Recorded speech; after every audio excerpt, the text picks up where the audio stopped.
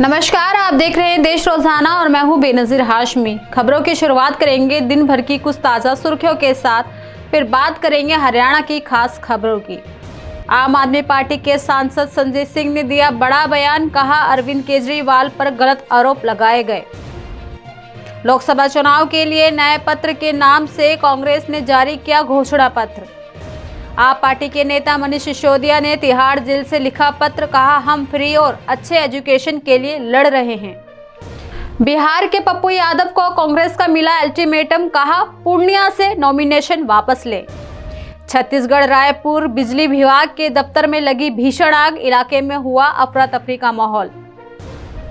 UP में मदरसा act रद्द करने के फैसले पर लगी रोक, सुप्रीम कोर्ट ने कहा 17 लाख छात्रों पर पड़ेगा असर।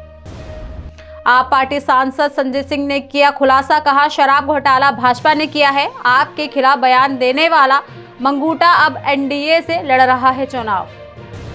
बात करें शेयर बाजार की तो सेंसेक्स 20 अंक बढ़कर 74,248 पर बंद, निफ्टी 22,513 पर हुआ बंद।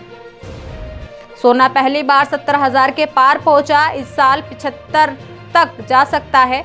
चांदी भी पहुंची 80,000 के करीब।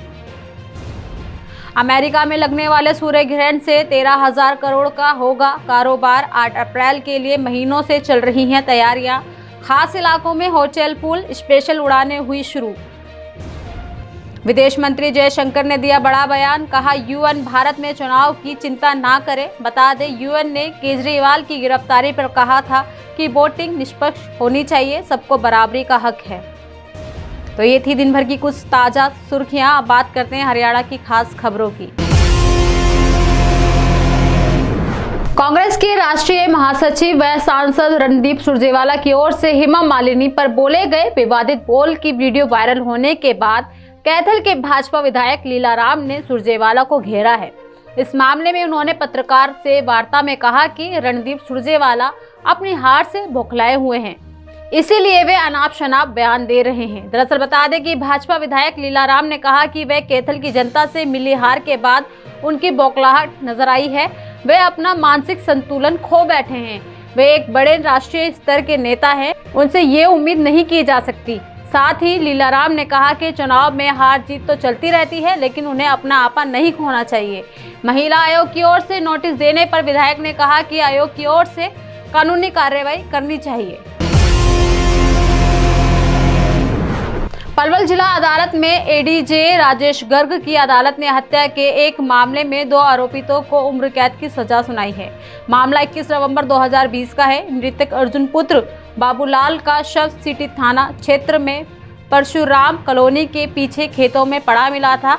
उससे पहले 2 युवक मृत के घर पर जाकर जान से मारने की धमकी देकर आए थे, जिसके आधार पर धमकी देने वाले योगेश व मंगल के खिलाफ आईपीसी की धारा 302 आदि के तहत सिटी थाने में मुकदमा दर्ज हुआ था।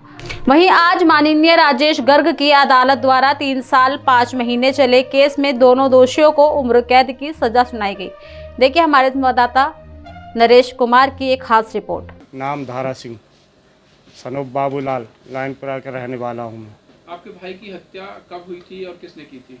मेरे भाई की हत्या 9वें महीना में 2020 में हुई थी।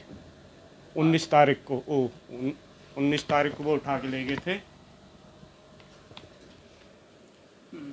तो हमें दूसरे दिन पता चला, वो धमकी 2 दिन पहले आए थे, धमकी दे गए थे और दूसरे दिन उनने ये काम कर दिया, हत्या कर दी मेरे भाई की। आज उस मामले में फैसला आया है। हाँ जी, क्या कहना है आपका? मेरे वकील साहब जी हैं, इन्होंने बहुत मेहनत की है, अब मुझे इंसाफ दिलाया। मैं इसका शुक्रिया अदा करता हूँ। और जो जज साहब हैं, मुझे उनसे बहुत बढ़िया लगा, उनने न्याय किया। जज साहब ने, मेरी आत्मा को शांति मिली है। जो वो जज साहब आप ऐसी कुर्सी पे बैठे, भगवान की कुर्सी पे, उन्होंने मुझे न्याय दिया। मैं उनका बहुत बहुत धन्यवाद करता हूं, जज साहब का।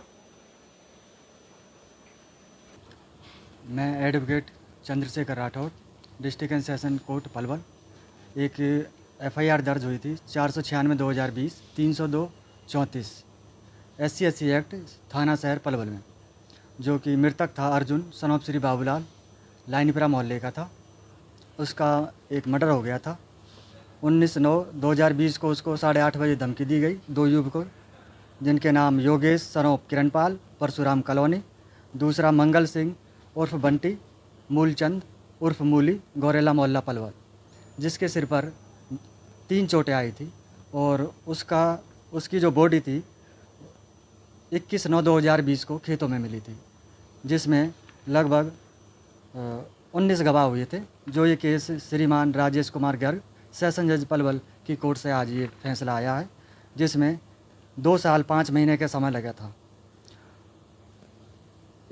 जो ये फैसला आया है, इसमें दोनों दोषियों को आजीवन कारावास व SC एक्ट में आजीवन कारावास की सज़ा सुनाई गई है, जो कि माननीय श्री राजेश कुमार गर्ग सेशन जज पलवल का एक बहुत अच्छा फैसला है, जो कि इस फैसले से मृतक को व मृतक के परिवार को एक अच्छा मैसेज गया है।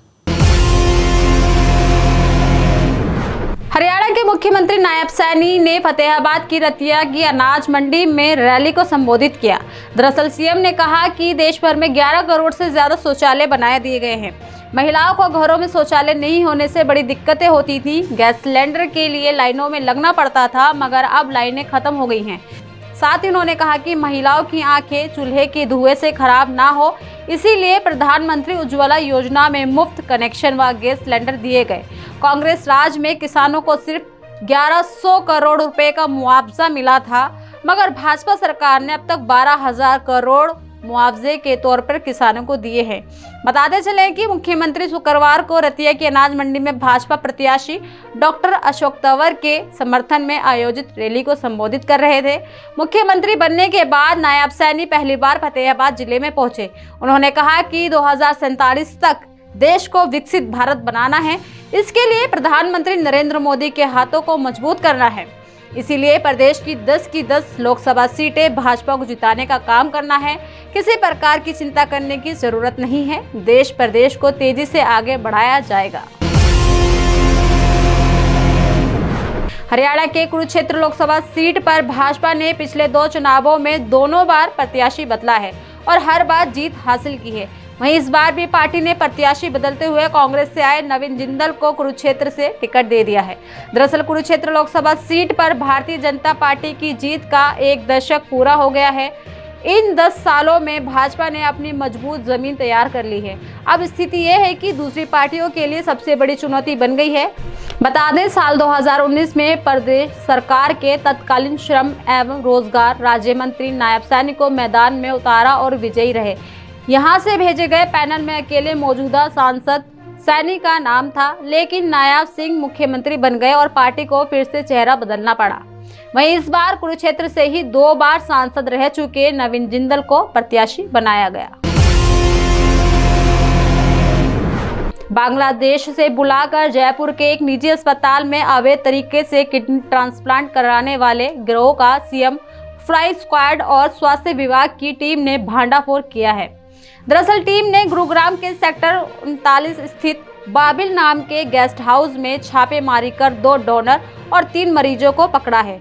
आपको बता दें कि गिरोह का संचालक बांग्लादेश से डोनर और मरीजों को बुलाकर जयपुर के फोर्टिस अस्पताल में अवैध रूप से ट्रांसप्लांट करवाता था। उसके लिए मरीजों से 10 से 12 लाख रुपए वसूले जाते थे, जबकि डोनर को 2 लाख रुपए दे दिए जाते थे। फिलहाल गिरोह को संचालित करने वाला मुख्य आरोपित फरार है। मुख्यमंत्री उड़नदस्ते की तरफ से बताया गया कि गोपनीय सूचना के आधार पर स्वास्थ्य विभाग की टीम के साथ मिलकर सेक्टर 39 स्थित बाबिल नाम के गेस्ट हाउस में छापेमारी की गई। हरियाणा के नगर पालिका प्रशासन ने चीका में अवैध कब्जों को छुड़वाया। दरअसल दुकानदारों ने अपनी दुकानों के आगे सामान रखकर कब्जा किया हुआ था। वहीं पुलिस प्रशासन के सहयोग से चीका के दुकानदारों के द्वारा किए गए कब्जे को हटाया गया और पार्किंग के लिए भी जगह खाली करवाई गई। नगर पालिका प्रशासन ने बताया कि क्षेत्र के अंदर दुकानदारों ने पार्किंग की जगह पर कब्जा किया हुआ है। पार्किंग को दुरुस्त करने के लिए आज कार्रवाई अमल में लाई गई ताकि क्षेत्र में पार्किंग सही ढंग से बन सके। वहीं दुकानदारों को समझाया गया कि वह अपना सामान अपनी दुकानों के अंदर ही रखें, बाहर गेट पर कोई भी सामान ना रखें। यदि कोई दुकानदार अपनी दुकान से बाहर सामान रखेगा या कब्जा करेगा तो उसके खिलाफ सख्त कार्रवाई की जाएगी। तो ये थी दिन भर की कुछ खास खबरों के साथ हरियाणा की खास खबरें।